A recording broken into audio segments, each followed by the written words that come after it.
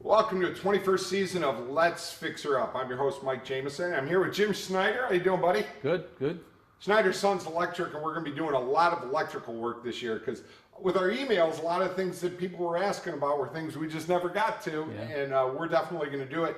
This week, we got a big show. We're going to be installing a Generac Home Generator system at a house, and Jimmy's going to kind of take us through the steps with that. We're also going to be heading out to Bench's greenhouse out in Elmore, and Jill gave us some ideas on planting some trees. This is a great time of the year in the fall to be doing that, and plus we've got some more surprises. Ronnie Gladio's going to be with us talking a little bit about fall fertilizer to make sure that you get your lawn all ready, and we've got some great shows, so you stick around, you'll enjoy them, I guarantee it. Starting it off this week right here on Let's Fix Her Up.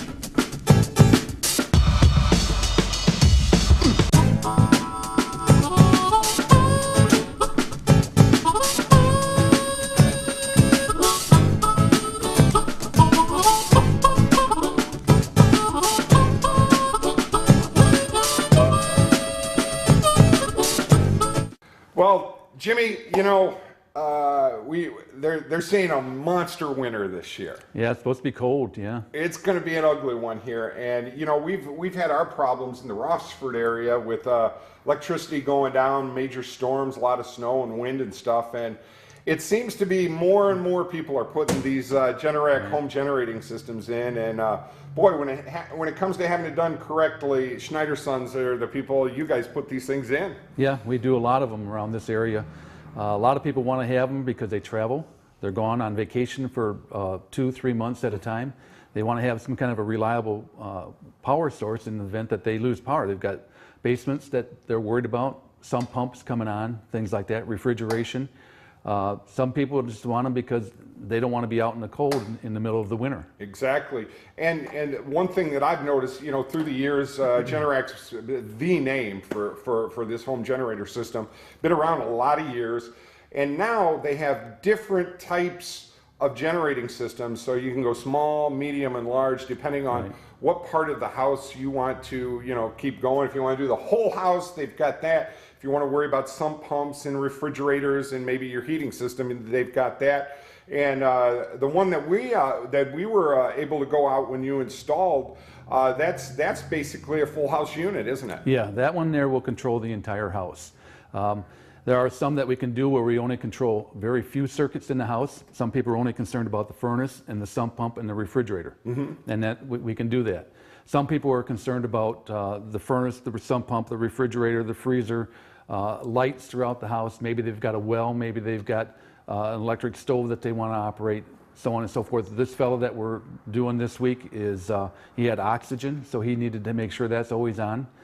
So everybody has a little bit different need. Well, the one thing that really impressed me about the install was you guys went out there and were able to, with all your years of electricity and working with electricity, know exactly what they were spending a month and how many kilowatt hours they were using and what you would be able to measure in with one of these units. It worked out real well. Yeah, what we do is I've got a program that I come out there with, and it's an iPad, and we go through and we put in the different things that they need to operate, and then it tells us what size we need.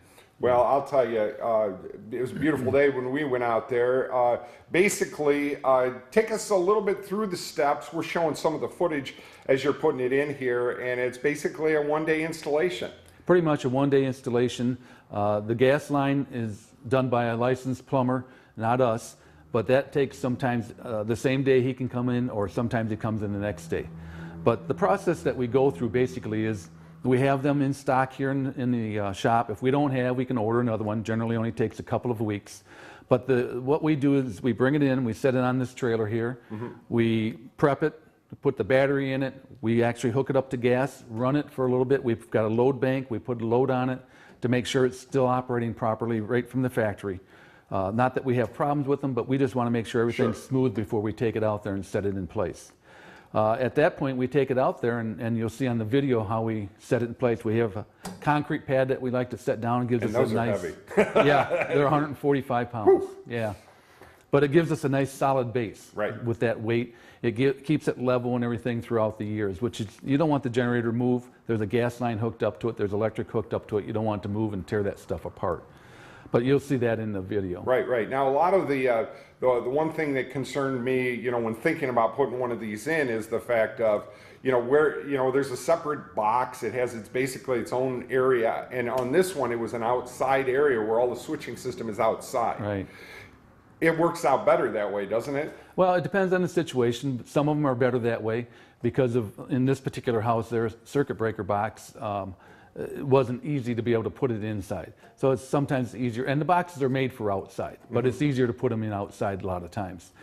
In this case, it was a whole house, so that wasn't a problem. If we were only going to do a partial house, it would have had to go in the house because those boxes aren't made for outdoors. They're strictly an indoor type transfer switch. And with some houses, maybe they have an old circuit system and an old box system. There's sometimes it has to all be changed, maybe a new service put into. Yeah, sometimes when somebody has too small of a service or it's not adequate for what we're doing, we have to upgrade the service as well. Go to circuit breakers for them, maybe go to a larger service or whatever the situation calls for. Well, it's a nice small. It doesn't leave a big footprint, and you don't hear it. I mean, it's very quiet. I mean, it does run, but you're able to set it in an area of the house where you're not going to hear it when you have certain problems, and it's going to be real quiet.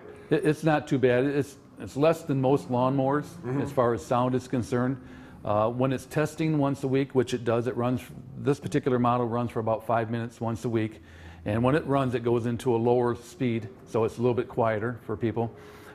Most of the time when we have them set outside, people in the house don't even know they're coming on every week.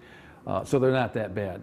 They do make some noise when they're running, but it's not like it's going to run you out of the house. Well, your gas man over there, Jim, with Gray Plumbing, right? He just loved being on camera. Oh, yeah. Yeah, and he's going to give you a little introduction here on how they put in all the gas lines. We're running gas to this 16K generator, and what we have here is this unit is uses at full maximum BTUs an hour is going to use 290,000 BTUs. So we have a 500,000 BTU meter right here.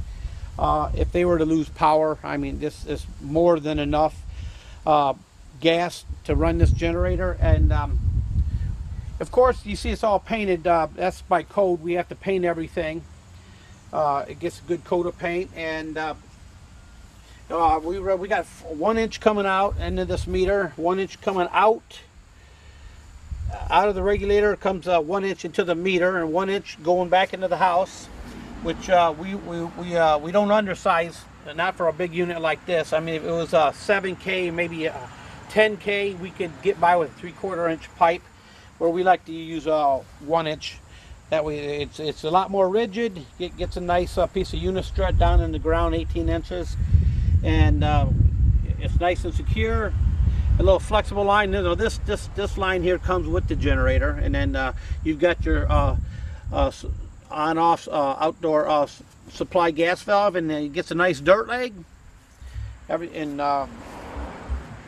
We get everything tested and get the gas. Once we turn gas back on, we just go in the house and relight the water heater, and then of course it does require a permit.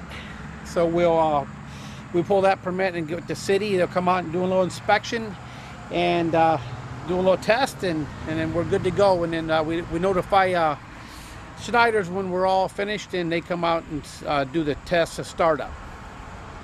Well, Jimmy, when people want to do something like this, like you were saying before, it may be a couple of weeks to put the whole thing together. You'll come out there and do all the site surveys and everything, but I'll tell you, with the way this weather's been going, it's a very good investment. It really is. Yeah, in the long run it is. Most people that have them put in because they're trying to protect their house, their basement, whatever the case might be. So yeah, in that regard, it is a good investment. Give us your telephone number here. You're right on Oakdale. Right been here forever. We've been on this location since 1975, but we've been in business since the 40s. We started doing the generators back in 2002. And we're at 419-691-8284. We're going to have a lot of great things that Jimmy's personally going to do. He's going to put some can lighting in for me.